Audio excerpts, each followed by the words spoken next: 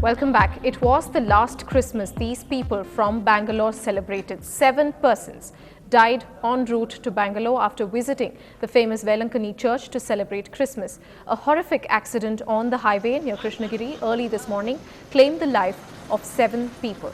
Their car rammed into a lorry, 6 died on the spot and 1 person succumbed to injuries.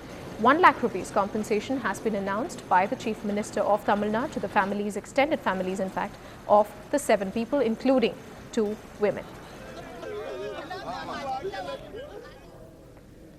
News on the other tragic accident that took place yesterday. 1 lakh rupees compensation has also been announced for the victims who drowned in sea in Rameshwaram yesterday. A fun picnic ride turned absolutely disastrous for 15 people, including 10 women, who drowned when their boat capsized off the Periyapattanam coast. The victims included an Australian NRI woman. The Marine Police DSP said that the victims, hailing from the fishermen colony, were on a picnic between Rameshwaram and Tuticorin when the mishap occurred. Preliminary reports say that the boat carried more than 20 people, although it was permitted to carry only 7 passengers. People from the village had proceeded to the location in 2 boats, and the owners, of course, of the boats are not even licensed to carry people. The police say that the men operating those boats are still absconding.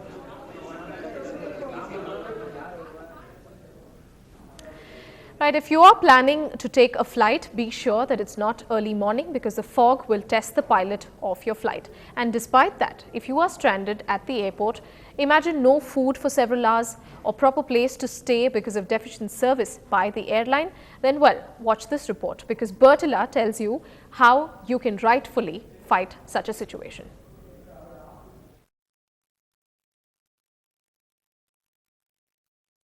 Assurance from the airline staff at the Kuwait airport that the weather was fine and flights are on time prompted a man Unnikrishnan to cancel his visa so that he could get to his home in Chennai soon.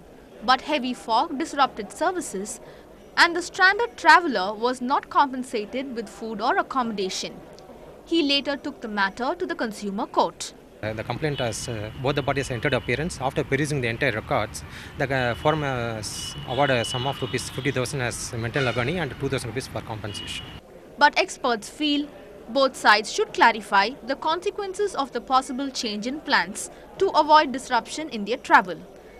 Plan for a travel through airlines or any other destination, we have to strictly follow the schedule of travel. When the tickets has been booked through airlines and it has been confirmed, the airline should have a proper care for that there shouldn't be any delay or any cancellation. If the flight is unexpectedly cancelled or there's a delay, for those timings the customer should be provided with food and medicine and accommodation. Insofar as a case of cancellation is concerned, the ticket amount has to be refunded as early as possible. Travelers blaming airlines and the airlines stressing on the terms of service result in disputes. The only way out of this appears to be proper clarification, which could avoid many problems. In Chennai, Bertilla, NDTV Hindu. The Telangana issue is back on the burner. With Justice Sri Krishna Committee's report due by the end of this week, Congress MPs, state ministers and MLAs from Telangana decided to go on a hunger strike unless all police cases, which are almost about 1,700 of them, filed against student protesters are dropped. They also don't want paramilitary forces deployed ahead of the 31st of December when the report on separate statehood for Telangana will be submitted. The Congress has tried to placate its Telangana leaders by saying it's not against smaller states and a decision will be taken soon after the Sri Krishna Committee report is out. Well, in what of course is seen as perhaps a double game being played by the Congress here, 700 cases have been withdrawn against those student protesters. Moving on, the pen is mightier than the sword, quite literally, and that's the weapon that the Bengal Chief Minister will use, he says, to give a fitting reply to the Home Minister P. Chidambaram. Union Home Minister Chidambaram wrote a letter to the Chief Minister of Bengal saying he should take steps to control violence in the state, which has not gone down well with the Chief Minister. Speaking at a rally in Kolkata, Buddhadev said Chidambaram sent that letter only to keep Mamata Banerjee happy. after the Trinamool Congress alleged misuse of Central Security Forces in West Bengal. Chidambaram had written a strongly worded letter questioning the state government's response. The civil society's protests against the judgment convicting Binayak Sen are getting louder. From intellectuals like Naum Choksi and to judges themselves, they've all voiced concern over Sen's conviction to life imprisonment for sedition.